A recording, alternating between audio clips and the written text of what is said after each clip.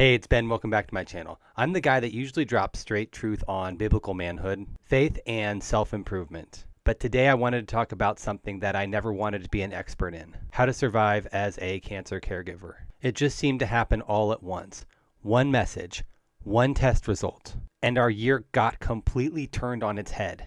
I went from ministry leader with momentum to full-time cancer caregiver almost overnight. If you're watching this because you're in the middle of it too, or you love somebody that is, I'm not here to sugarcoat any of it. Caregiving for someone with cancer is brutal, but there are 4 things that keep me standing, and I want to share them with you today so you don't have to find them out the hard way. First, let's talk about what the research actually says, because you need to know that you're not actually weak, you're not actually failing. This role is actually very heavy. Studies show that being a cancer caregiver actually leads to a high level of chronic stress, much higher than a normal person. That stress can lead to elevated anxiety, depression, sleep disturbances, and even physical health problems. Scientists call it the caregiver burden, a perfect storm of emotional exhaustion, financial pressure, and social isolation. And when you're a caregiver for a spouse, the impact hits even harder. Spouses often face higher levels of anxiety, depression, more sleep problems, physical strain, and anticipatory grief.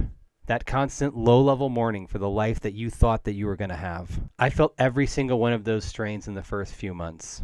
The constant appointments, the fear of what the next scan might show, the quiet grief every time something that we had planned had to be put on hold. It all adds up. So how do you actually survive? Here are 4 things that I'm learning to do every single day. Number 1, put on your oxygen mask first.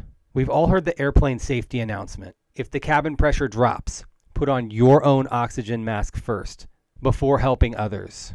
This rule exists for one simple reason. You cannot help others if you pass out because of lack of oxygen. The same is true for caregivers. If you run yourself into the ground, trying to be the perfect caregiver 24/7, you'll eventually burn out and you won't be able to show up for them at all. Taking care of yourself isn't selfish, it's actually necessary. It's the only way that you can show up with patience, strength, and love, instead of exhaustion and resentment. This is about basic survival: sleep, nutrition, medical checkups for yourself, and protecting your mental and physical energy so you don't collapse. For me, it looks like carving out time in the morning for breathing exercises, yoga, and other physical movement to keep me grounded. I focus on eating right and a lot of green tea, but this could look very different for you. The point is that you're doing things to keep you healthy physically, putting on your mask first. Number 2, have a personal outlet. A lot of people mix these two up, so let me be clear. Putting on your oxygen mask first is about not dying, making sure your basic needs are met so that you can function. Having a personal outlet is about staying alive on the inside, keeping the spark of joy and purpose alive when everything else feels just stripped away. My biggest personal outlet right now is my YouTube channel, Free Unsolicited Advice. Filming, editing, and sharing these videos gives me something creative and purposeful to pour into. It's not just a distraction. It's a way to process what I'm going through, encourage others, and keep a piece of me alive. Whatever your outlet is, a hobby, a creative project, quiet morning walks, reading, prayer journaling, or building something, make it non-negotiable. These little anchors of anticipation keep hope alive when the days are feeling heavy. It doesn't matter what the personal outlet is. It's just a place for you where there's no thought of schedules, no thought of cancer. Think of it as a healthy escape. Without this kind of thing, even if you're technically taking care of yourself, caregiving can slowly drain every ounce of joy and motivation until you're just surviving off of fumes. Schedule your outlet time like it's a doctor's appointment. Protect it fiercely.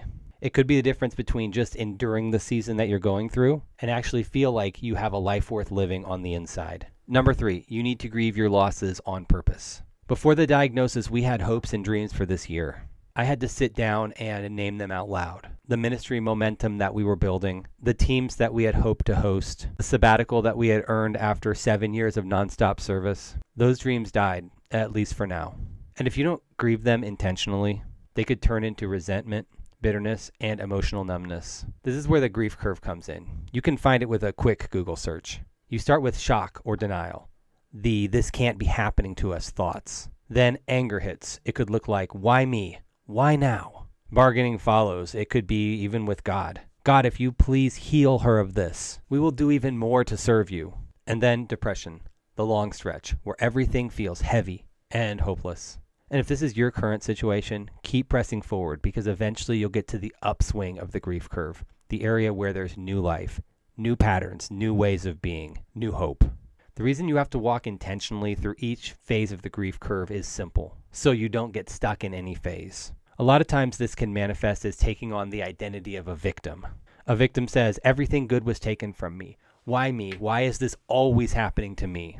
But if you can resist that temptation and move through each step of the grief curve, eventually you will come out the other side a victor. Someone who can say the losses were real and painful, but they're not going to define me. And if you look really closely at the grief curve, where you are at the end is actually higher than where you were at the beginning because of the new strength and new abilities that you've gained going through each one of those steps. The Bible calls us to the victor path. 2 Corinthians 4:8-9 reminds us, we are hard pressed on every side, but not crushed. Perplexed, but not in despair. Grieving well keeps you from despair. It lets you mourn what was supposed to be so you can embrace what is and still believe that God has good ahead, even if it looks different from what was planned. I had to have some honest conversations with God and with trusted friends.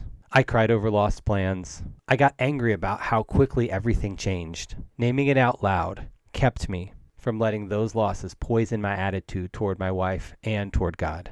And my fourth and final suggestion is build a strong support team. You are a person too, but unlike the patient, you don't automatically get a flood of cards, care packages, or how are you holding up texts. People do mean well, but they focus on the person with the diagnosis, meaning you will probably have to build your own support network. Here's what I think a strong Christian support network could look like in practice. A small group.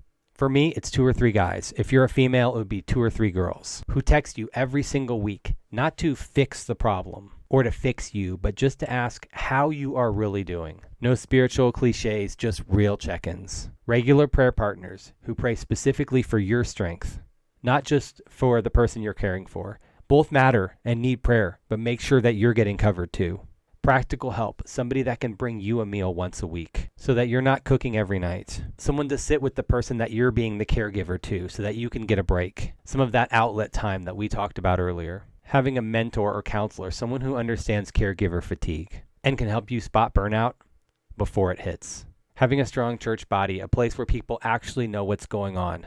In our case, we had brothers and sisters from the church step up and help us with practical needs, organizing a meal train, and even people coming and staying with us during those treatment times. That kind of network doesn't happen by accident. You have to be honest and ask. People want to help, but oftentimes they don't know what would be really helpful. So ask. Look, this season is hard. The studies don't lie, but neither does my personal experience. So these 4 things that I found helpful: the oxygen mask, personal outlet, intentional grieving, and a strong support team, you can survive it and even come out with a stronger marriage or relationship with the person that you're being a caregiver for. And it can deepen your faith and give you a testimony that can help other people down the road. So here's my challenge for you this week. Pick one of the things that I mentioned. Schedule your oxygen mask basics. Protect time for your personal outlet. Write down 3 specific losses that you're experiencing right now and grieve them honestly with God. Or reach out to 2 people and ask them to be part of your support crew. Small steps compound. You're not failing or feeling exhausted. You're human. And the same God who carries the person that you're caring for is more than capable of carrying you too. If this video helped even a little, drop me a comment and tell me which one of these 4 points you needed to hear the most. Share this with a caregiver you know. And if you're new here, please subscribe to my channel, Free Unsolicited Advice. Caregivers, you've got this. Not because you're superhuman, because the God who called you to this season is going to walk with you every step of the way. I'll see you in the next video, and until then, keep showing up for both them and yourself.